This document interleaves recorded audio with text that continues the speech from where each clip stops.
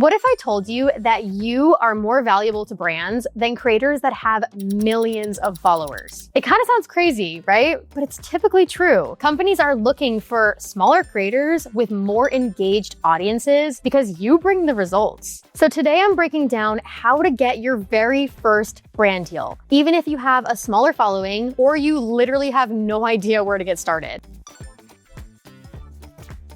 Believe it or not, a lot of brands are moving their budgets away from celebrities and larger creators and more towards nano and micro influencers. And here's why. Smaller creators often have a higher engagement rate. And just in general, they have a lot more trust with their audience. When you post something, it doesn't necessarily feel like just another ad. It feels like a genuine product recommendation that you're giving to your small group of friends. I don't know about you, but a lot of people can just tell when something's an ad. Why don't you let me fix you some of this new Mococo drink? All natural cocoa beans from the upper slopes of Mountain Nicaragua, no artificial sweeteners. What the hell are you talking about? When you see a big celebrity endorse something, you know they're getting paid for it. And oftentimes the consumer, the viewer, knows that as well. So that trust that a smaller creator has with your audience is so valuable to a company, and that is what leads to results. So this is your reminder to never doubt yourself. Don't catch yourself saying, I only have this many followers, so I can't get brand deals. Yes, you can, and I'm gonna walk you through how. So there are two different types of brand deals that you can get, inbound and outbound. An inbound deal is where the brand reaches out to you. So it's typically through email or through DM. And an outbound deal is where you are reaching out to the brand. So you're the one who's initiating the relationship. Inbounds are what most creators are aiming for. It feels great to know that a brand likes you enough to reach out to you. And typically those inbounds can oftentimes result in more money than an outbound can. But it's not as easy for a smaller creator to always get a ton of inbounds. You might not be getting seen as much as somebody who has millions of followers. But there are ways to get brands to notice you organically. The biggest one being focusing on your content. If you are posting consistently, you're posting high quality content, your audience is engaging with you, brands eventually do notice you. If you have a very clear niche, that's another great way for brands to notice you because it's super clear to them who you're talking to, who your posts are for, and whether their products align with what you normally post about. You can also engage with brands by commenting on their posts, by replying to their stories or DMing them, obviously not being annoying, but by interacting with them, you're at least getting on their radar. One of the best tips that I received in my creator career was to not just put your email in that contact button, but to actually write it out in your bio. Now, if you're like, Sarah, I've done all of this and brands still aren't reaching out to me, don't stress, okay? There's no shame in reaching out to them. I started getting brand deals when I had under 5,000 followers. 90% of my deals were from outbound requests. So I pitched myself to the brand versus the other way around. Now, how do you actually find brands to work with? There are so many brands out there. That's the good part. But not every single brand is going to be the right brand for you. If you're having a hard time figuring out what brands you want to reach out to, I highly suggest looking around your house. Literally, I'm not kidding about that. Look around your house and look for what products you're already using in your day-to-day life. Products that you love, products that you use, products you would recommend, and most importantly, products that make sense for your audience. Please don't just pick something random just because you like it. It actually has to make sense for the content that you normally post. You can also look at what brands are sponsoring other creators in your niche or of a similar size. If you follow someone that you really like and they have around the same followers as you and you see that they do a sponsorship with XYZ company, you can also reach out to XYZ company, assuming that, you have similar metrics, you have a similar niche. They very well might want to work with you as well. You can also try to use creator platforms to find deals. To be totally honest with you, this isn't really something that I do very often. So if you want me to dive into this more, I can in a future video, but I would need to do a little more research. But there are a few companies that actually match creators to brands. So a couple of them off the top of my head are a Inspire IQ, Coley, #paid, Backstage. I actually used to use Backstage when I was like acting and dancing, but they also have a whole creator thing on there. Again, if you want me to dive more into them, I definitely can, but go ahead and check them out for yourself. The one thing that I like about these types of platforms is that it's really easy for a newer creator to go on, apply, and get right in front of brands. But the downside is that there's no room for negotiation typically. They have a set rate. Here's how much they're going to pay you. And that's pretty much it. So as you get larger, you probably don't want to do that anymore. You know, like it's way better to negotiate directly with the company. You often just make a lot more money that way. Also, just in general, so many creators are on these types of platforms that you're usually competing with like thousands of other creators, which can be difficult. So if I were you, I'd probably focus more on the other options. And on that topic, once you find a brand that you actually want to work with, one of the most difficult things can actually be finding the right contact email to then contact the brand. One of the ways that's worked well for me is to reach out to the brand on Instagram, like literally just Instagram DM, and I'll message them and say, hi, I love your brand. I would love to do a collaboration. Can I get in touch with your influencer marketing team? Something along those lines. If they're open to collabs, they'll likely send you over this email, which then you can email them. Another method is to actually go to the brand's website. Sometimes if you scroll all the way down to the bottom, there's like a contact email, or even better, if there's like a partnerships email or some sort of form. The third method that I don't really use too often, but you certainly can, is LinkedIn. Companies obviously have all of their employees on LinkedIn typically. And if you look at the brand, you can usually find the influencer marketing team or manager or whatever their job title might be. And you can directly send them a request and reach out to them that way. And the last method is another one that I haven't really used enough, although I probably should use it more. And it's called Apollo.io. A lot of creators love this one because you can just go on there, search for a brand, and it like brings you a list of emails that you can reach out to, which is pretty cool. And just a pro tip really fast, once you start doing all this reach out, I highly suggest putting everything in a spreadsheet. This way you don't get all mixed up between brands. I am totally speaking from experience here. So here are a couple things that I include in that spreadsheet. Definitely the brand's name and your point of contact. So whether that's like an email or Instagram or whatever, maybe their name too would be great. And then I always have some sort of status bar. So I'll include different options like pitched, in progress, accepted, or finished, like if I'm done with the collab. And then as you move forward with more partnerships, you can add additional rows like what the deliverables are going to be, or how much you're going to get paid, when you're going to get paid, all that kind of stuff. That'll come a little later, but just something to think about. All right, so now that you have your list of brands and you have the right contact email, let's talk a little bit about the actual pitch. Brands get a lot of emails, especially the influencer manager. They're going to probably be bombarded by pitches depending on how big this company is. So you want to make sure that you stand out. And that is why I suggest personalizing every pitch that you send. So for example, you can start your email with something like this. Hey, insert name here. I have been a huge fan of your brand, insert brand name here. Your product has been a part of my daily routine. It's a staple for me. I really love the recent collaboration that you did with insert influencer here, things like that. Basically, all that does is tell them that not only do you actually like the brand and you use it, but you also did a little homework. Like you stand out compared to someone who just sends a copy and paste message, you know? Then I would move into a short introduction about yourself. Who are you? What do you post about? And maybe a little bit about your audience as well. Always think about this part from the lens of the brand. So what's actually going to benefit them? For example, if you're someone who posts cooking content and this brand is an ingredient, some sort of food, obviously that is a perfect match, but you still want to be able to like personalize it and explain to them why you are better to work with than someone else. So maybe my niche is that I create recipes for college age boys to make in their dorms. That's really specific. If that were the case, I would basically show the brand, here's how I'm going to use your ingredient in one of my recipes, and it's super easy. This is going to be perfect for college students. The brand just wants to make money. So show them how you're going to help them make more money.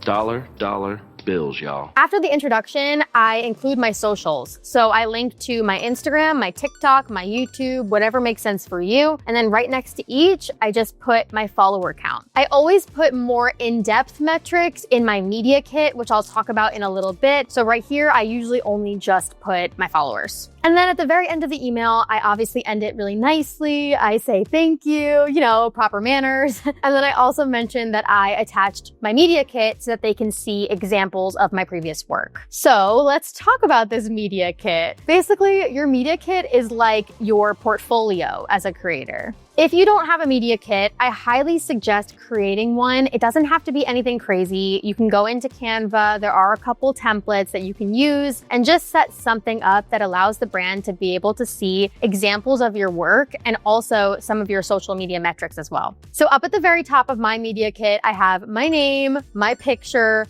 social media handles, and a bio. Then I would include some audience analytics. So typically that includes age, gender, and location. Brands definitely want to know that just to make sure that your audience is the right fit for their customer. Then I include my social media numbers. So to me, the most important are follower count and engagement rate. You can calculate your engagement rate on your own, or there are tools that do this for you as well. Then lastly, include some content. If you've done any previous collaborations, I definitely suggest putting those on there so that brands can literally see what you've done for other brands. And if you haven't done any collabs, then just put some of your best content. And when I say best, I don't just mean most viral. What are some pieces of content that can serve as an example of what you would create for this brand? Some creators like to add their rates into their media kit just right off the bat, but personally, I don't include this. And my reasoning behind that is that you don't really know what the brand wants just yet. Some creators will do it.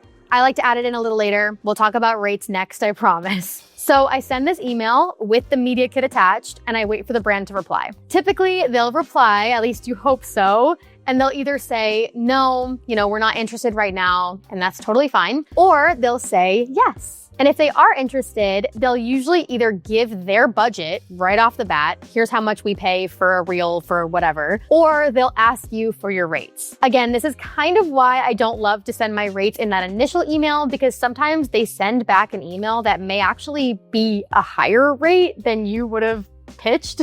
So that's why I like to wait. I don't know. And really quickly, before I move on to the next section, I just want to mention that it's easy to get discouraged if a brand says no, especially when you're doing a lot of pitching and you're getting a lot of no's. But keep in mind that sometimes it's not you at all. It's simply that the brand has just maxed out their budget this quarter and they genuinely don't have any more room for influencer partnerships, or their campaign ended or something like that. A lot of times brands will keep your contact information, and I've definitely been reached out to like months later from brands that are like, okay, we're finally ready to work with you. So don't get discouraged. Each of these pitches is more practice and it's putting you in front of more brands, which is great.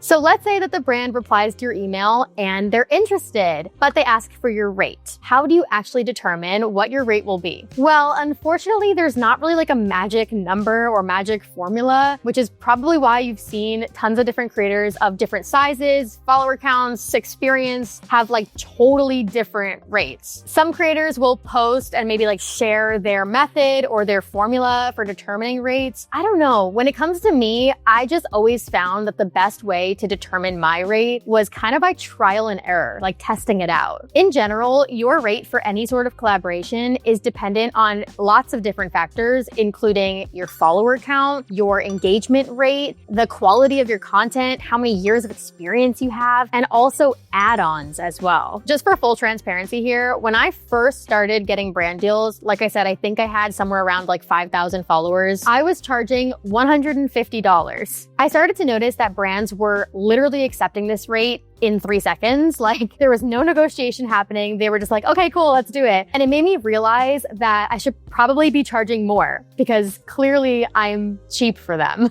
So that's the point when I increased it to $250. And again, as my audience grew, as my content got better, as I worked with more brands and my portfolio was growing, I would increase it and increase it and increase it depending on where I was at in my journey. So I always kind of looked at the brand's responses. Like if they're easily accepting my rate, it's kind of the obvious like indicator to me that I'm at this point where I should probably increase it. As of right now, I have a little over 25,000 followers. And at this point, I'm charging $650 for my base rate for a single reel. But there are tons of creators around my size that are charging less than that, and also tons that are charging way more. Like when I've talked to some of my creator friends, they're like, girl, you need to raise that rate. And I'm like, I don't know. I've just found for me that that's such a sweet spot. But I do also want to shout this out as well. There is a tool called FYPM that I highly suggest. It's kind of like an anonymous posting board, like review board, where creators will go in and they'll review a collaboration with a brand. So they'll share how many followers they have and also how much they got paid by the brand. They'll name the brand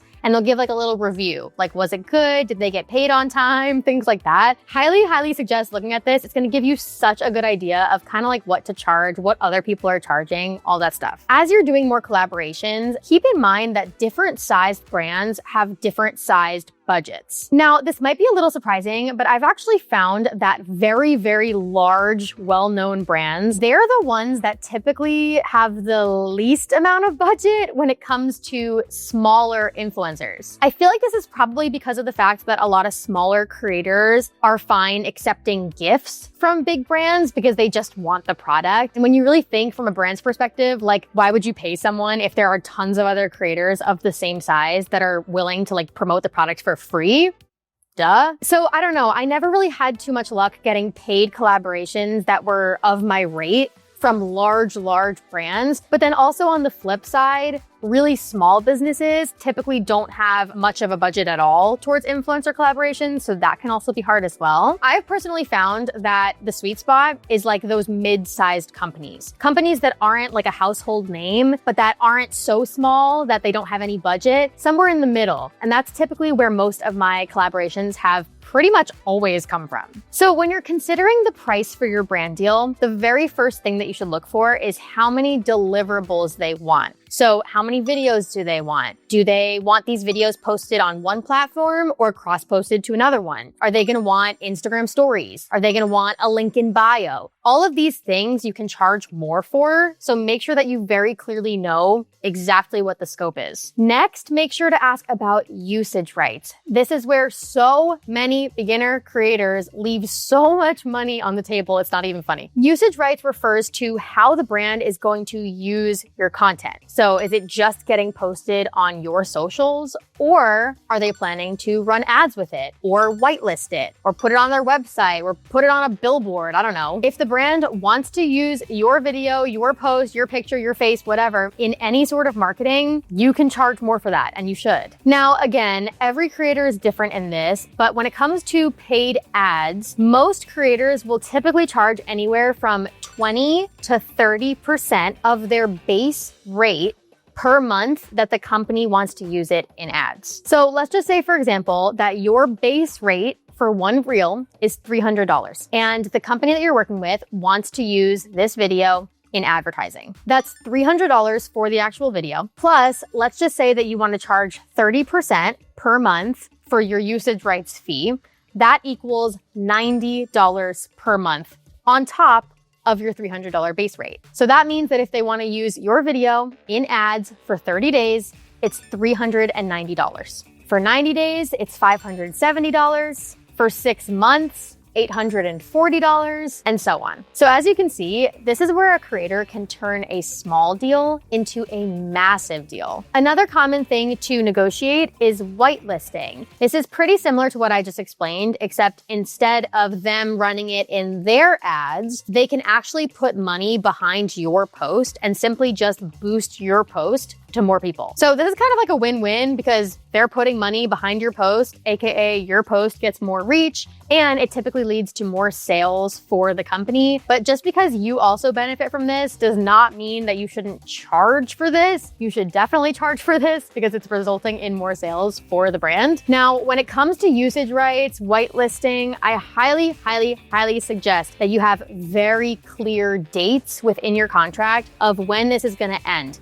And do not sign anything that's in perpetuity. In perpetuity means forever, which means that they would have the rights to use your content forever and ever and ever. They can literally run your ads for years. Imagine in 10 years from now, if you see your face on their website, like I would probably freak out. Or what if your platform completely blows up and like you become a celebrity? Or like imagine if the brand gets into some sort of controversy and now your face is attached to it still. Like it's scary. Kind of in a similar realm, always make sure that you look at exclusivity. Exclusivity means that a brand wants you to be exclusive with them. So they don't want you to work with any other brand in a similar niche or industry for a certain amount of time. And this can kind of be like harmless at first. Like you look at it and you're like, that's fine. But when you really think about it, what that means is that you can't get paid by any other company for a certain amount of time. And that means that you can lose out on money. So if you are gonna have some sort of exclusivity with a brand, I would definitely make sure that you have very, very clear dates. Like, is it gonna be 30 days, 2 weeks, 2 months, whatever it happens to be? And also don't be afraid to ask them to remove it. I've had many brands be willing to remove the exclusivity for me or even just adjust it. Like sometimes they wanna put specific brand names and I prefer that than like the entire industry as a whole, you know? All of this is really just where it becomes so important to have good negotiation skills. And a lot of times you don't really know these things until you do them. And as you continue to do this more, you're gonna get better, don't worry. So once you have all of the deliverables, the usage rights, and the exclusivity terms, you can go ahead and create a custom package for the brand. So for example, you can say something like, for one reel with 90 days of usage rights, 30 days of exclusivity, I'm gonna charge $650. I don't know, whatever it is for you. I just like to keep it super, super simple, package it like that. One thing that not many creators realize when you have your first couple of brand deals is that a lot of times you don't get paid right away. So when you get your contract, make sure that you look at the part of the contract that says something about payments or compensation, and you'll often see something that says net 30 or net 60. This is pretty standard in all brand deals, and it basically just means that you're gonna be getting paid 30 days or 60 days after the completion of your contract. So make sure that you have a very, very clear understanding of when this contract ends so that you know when you're gonna get paid. And then again, going back to that spreadsheet that I talked about earlier, I would highly suggest adding this like payment date into that spreadsheet so that you also remember when you're gonna get paid. Some creators can really mess up with this too. Like you accept a huge collab thinking you're gonna get paid, it's so exciting, and then like you actually don't get paid for another 2 months. Like that's rough. So genuinely, if there's one thing that you can take away from this video, it's to read your contracts because so many people don't know what they're signing and that can be really scary. So please read your contracts and understand what you're signing before you sign it.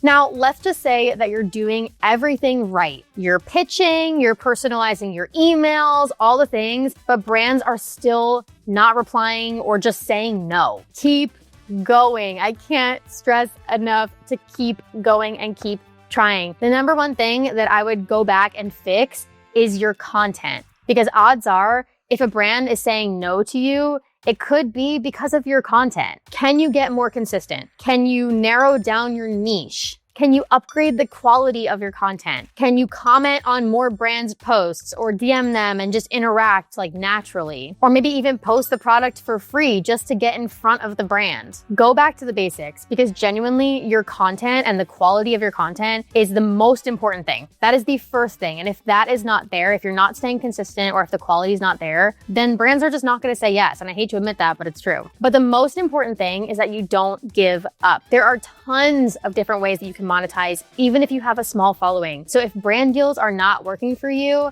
you can go ahead and look in the description. We have our whole monetization playlist. There's one video where I walked through 5 different ways that you can monetize as a creator. Maybe check that one out. There's so many other things that you can do. So please don't get discouraged. Please keep it up. You got this. That's all I've got for you today. Thank you so much for watching. Thank you for subscribing. If you haven't already, make sure that you subscribe so that you don't miss any more videos just like this one. And let me know in the comments if there's anything specific that you want to see next. Is there another monetization topic that you want me to talk about or like a growth topic on social media? Let me know. I'm always reading the comments and I always want to make videos that you want to see. Thank you again for watching and I hope to see you in the next video.